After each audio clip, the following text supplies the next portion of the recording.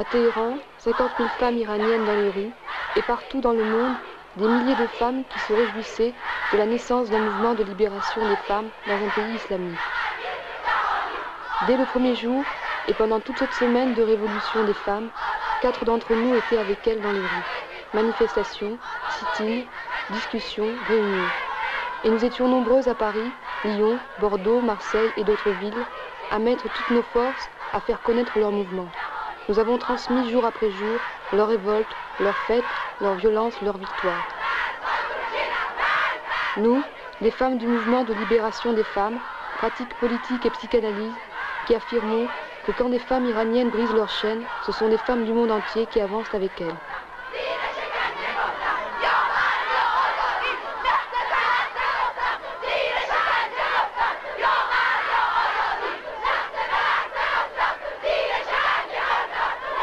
Le 8 mars n'est ni un jour de l'Est, ni un jour de l'Ouest, c'est un jour mondial.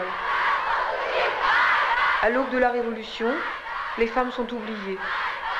Nous sommes des femmes iraniennes, nous ne resterons pas enchaînées. Sans la libération des femmes, la Révolution n'a aucun sens. D'autres slogans, nous ne voulons pas de voile obligatoire. Les femmes luttent et leurs luttes sont victorieuses. La police a tiré des coups de feu en l'air et essayé de les faire reculer.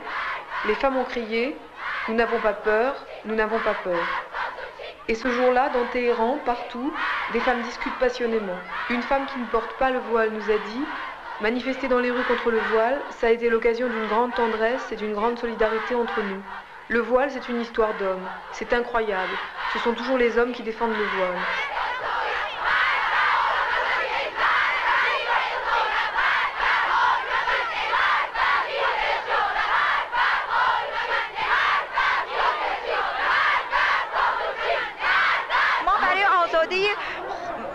Nous, les femmes, nous avons eu des martyrs comme les hommes.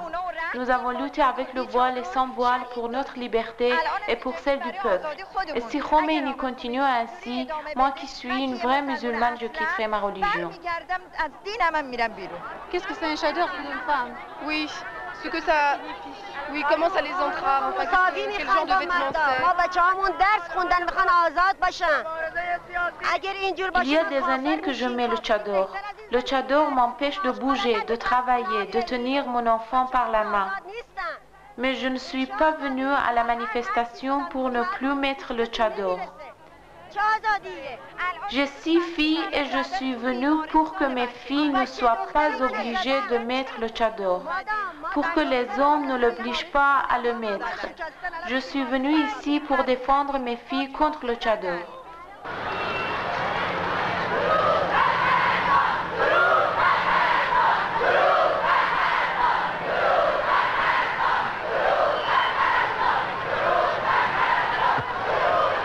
En passant devant l'hôpital, les femmes crient « Salut les infirmières, rejoignez-nous ».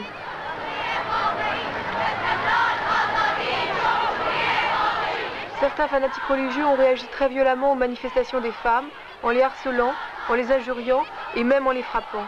Sima nous disait « Oui, la semaine dernière, j'étais en danger lorsque je descendais dans la rue parce qu'ils avaient demandé qu'on mette le tchador. J'avais mon foulard dans mon sac, j'en ai toujours un par sécurité. Des hommes dans chaque voiture qui passait disaient quelque chose. J'ai pensé que s'ils continuaient, j'agirais, je me défendrais.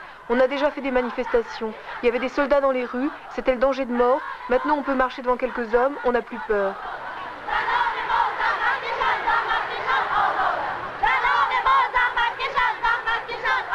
از اول که مسئله حجاب رو مطرح کردن ما همه زنا و اونایی که واقعا Quand notre révolution a commencé, toute la nation luttait pour le triomphe de la liberté contre la dictature et l'impérialisme américain. Tous ensemble, femmes et hommes, sortions dans les rues et crions ensemble pour tout ce qu'on a demandé et enfin on a pu l'obtenir.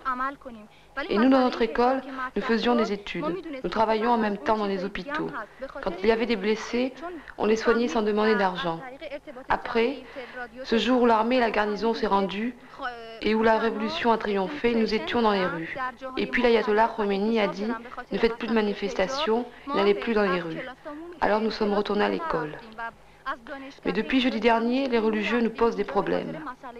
Il y a quelques jours que nous sortons dans les rues et nous disons que nous ne voulons pas de voile. S'ils voulaient faire comme ça avec nous, ils devaient nous le dire avant la Révolution.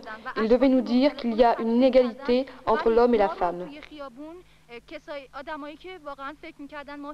Nous parlons pour notre droit. Nous parlons pour notre droit égalitaire avec les hommes. Et nous pensons, si nous ne parlons pas maintenant, quand la Constitution sera écrite, ils ne nous accorderont plus rien. Nous ne manifestons pas seulement pour le problème du voile, mais pour tout un ensemble de choses beaucoup plus importantes. Les femmes avocates ont été les premières à réagir et à faire des manifestations, et nous les avons suivies. Maintenant, elles sont en désaccord avec nous. Elles disent que ce problème est résolu. Mais nous voulons poursuivre notre lutte.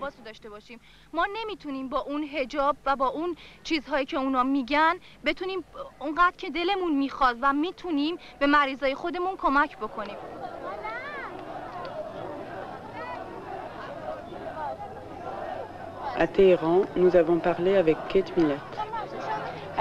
J'ai été impressionnée par la ferveur et le courage des femmes. Je n'ai jamais vu des femmes qui s'organisent aussi rapidement et en si grand nombre. Il y a 15 000 femmes dans ces manifestations. Aux États-Unis, ça prendrait des années pour se rassembler comme ça. Il faudrait de l'argent, il faudrait écrire aux gens, il faudrait de la publicité. Ici, quelqu'un brandit un panneau pendant la manifestation avec « sit-in à la télévision » ou bien « demain au ministère de la Justice ». Et tout le monde y va. Parce que ces femmes non seulement ont été réprimées pendant très très longtemps, mais ce sont aussi des femmes qui ont fait la révolution. Elles ont été dans les rues, elles savaient qu'elles-mêmes pouvaient être tuées par le Shah et ses troupes. Ce sont celles qui ont eu le courage de sortir face au char, le courage de se soulever. Et beaucoup de femmes m'ont dit que pour leurs droits, elles pourraient se faire tuer, ça ne fait rien, la lutte doit continuer. Je n'ai jamais entendu des féministes dire des choses pareilles.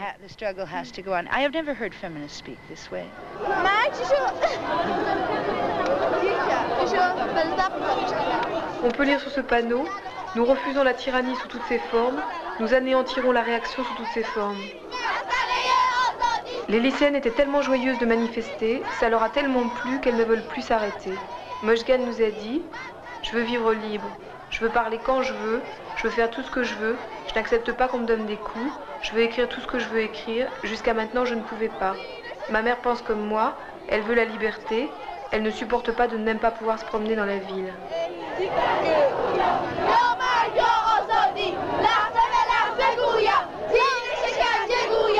Après le 8 mars, de plus belle, les femmes iraniennes ont continué leur lutte. Le samedi 9, il y a eu une réunion à l'université. Le dimanche 10, un sit-in au ministère de la Justice, où les femmes ont déposé des revendications. Dès le samedi, Khomeini était revenu sur ses positions et avait déclaré que le port du voile n'était pas obligatoire. Pour les femmes iraniennes, ça a été la première victoire. Et le 12 mars, de nouveau, de l'université de Téhéran au square de la Liberté, 20 000 femmes étant dans la rue. Elles nous ont dit « Nous sommes réveillées. Cette manifestation ne concerne pas uniquement le problème du voile. Notre lutte, c'est aussi salaire égal à travail égal, et le droit pour les femmes de travailler, la liberté de la presse, la liberté de parole, la liberté de se rencontrer et de se rassembler. Avant, les femmes iraniennes n'avaient rien, ou plutôt 4000 prisonnières politiques. Les femmes se sont politisées depuis la lutte contre le Shah. Les manifestations de femmes sont une prolongation de cette lutte. Nous continuerons jusqu'à la libération complète des femmes. Nous pensons que sans cette libération, aucune révolution réelle ne pourra exister. On voit sur ces images que pour refuser le face-à-face avec les fanatiques religieux, les femmes iraniennes leur tournent le dos, calmement. J'avais envie de te demander pourquoi vous êtes venue là faire un sit-in devant la télévision à Téhéran. Ah bien sûr, parce que vous savez, à la télé ou à la radio, il y a la censure, quoi. Oui. On n'a pas le droit de parler pour les femmes. Il y a seulement le gouvernement islamique qui doit parler, qui peut parler. Et nous, les femmes, on n'a pas le droit de parler. Hier, on a fait une manifestation. On avait à peu près 10 ou 15 000 femmes, mais ils n'ont rien dit à la télé. Seulement, il y avait des femmes, des femmes qui travaillaient à la télé. Ils sont manifestés pour qu'ils veulent travailler, mais M. Rotsadeh, elle ne permet pas. Alors ils ont dit seulement qu'ils avaient des femmes qui sont manifestées devant la télévision et il y avait des femmes qui avaient des couteaux à la main et c'était ça, c'est tout. Et nous, on est 15 000 femmes, on n'a rien fait. Ils n'ont rien dit. Ils n'ont rien dit, c'est-à-dire on n'a rien fait. La manifestation, c'était rien. Les femmes ne doivent pas juger, les femmes doivent mettre le tchador, les femmes doivent faire ça, les femmes doivent faire ça. On a fait des manifestations pour dire que le gouvernement libre n'a pas le droit de dire il faut ou il ne faut pas. C'est nous qui choisirons. Et c'est nous les femmes qui choisirons notre droit.